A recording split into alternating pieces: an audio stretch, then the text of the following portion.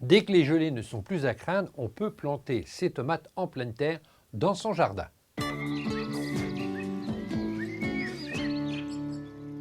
Si vous vous procurez vos tomates chez un maraîcher ou dans une jardinerie, eh bien choisissez toujours des tomates dont la tige est bien dure. Alors ici, nous sommes en présence de tomates avec les tiges bien bleutées, donc ils ont déjà une certaine solidité. Et on va les associer avec d'autres plantes pour éviter les nématodes.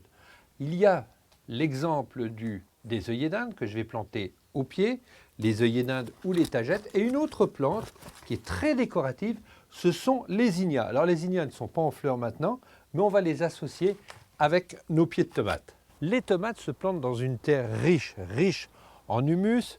Dans cette terre, il y a déjà eu du fumier enfoui avant l'hiver. On va quand même compléter avec un peu de compost. Du compost qu'on aurait pu mettre simplement dans les trous. Mais ici, je vais le répandre sur la totalité de la surface.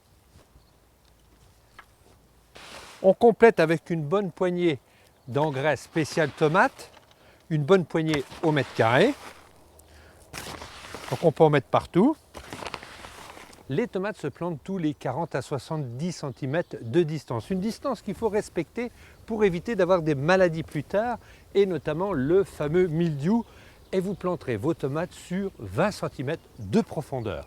Une fois que vous avez fait vos trous, vous arrosez copieusement le fond, comptez 3-4 litres d'eau par trou. L'intérêt d'arroser avant, ça permet aux pieds de tomates et aux racines surtout d'aller chercher l'humidité plus tard dans le fond du trou. Si vous avez de la chance d'avoir des orties dans votre jardin, n'hésitez pas à en mettre une bonne poignée sous le pied des tomates, ça va enrichir en fer et en oligo-éléments. Il faut recacher un petit peu les orties, c'est-à-dire qu'on ne les met pas en contact direct avec les racines, donc on y met un petit peu de terre par-dessus. La terre mélangée à notre compost. Voilà, maintenant nous allons planter nos tomates. Alors, vous remarquerez que la tige est bleue et bien dure. Et nous allons positionner notre tomate légèrement en dessous du niveau de la terre. On apporte la terre douce autour. Et notre pied de tomate est planté. Comptez une dizaine de pieds de tomates pour une famille de 4 personnes. Si vous faites des conserves, il faudra doubler la mise. Si vous faites des sauces par exemple, ou si vous en mettez au congélateur, là il faudra au moins planter 20 pieds de tomates. Voilà, maintenant pour terminer la plantation de nos tomates, laissez une belle cuvette tout autour pour favoriser l'arrosage. Plus tard, quand il fera plus chaud, on va pailler. Maintenant que nos tomates sont plantées, on va compléter avec nos œillets d'Inde et nos zinnias.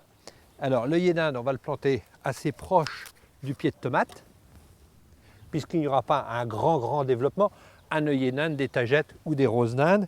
Et notre pied de zinnia, on va le mettre en plein milieu parce qu'il aura un développement assez important. Il s'agit d'une variété géante. Alors l'intérêt de ces plantes, c'est qu'elles vont éviter justement d'avoir des nématodes. Ce sont des insectes microscopiques qui viennent ronger les racines et les tiges de nos plantes. Maintenant, on ne sait jamais s'il va faire froid dans les jours qui vont suivre. Il est quand même intéressant de les couvrir et pour ça, on va les couvrir avec un petit tunnel en plastique.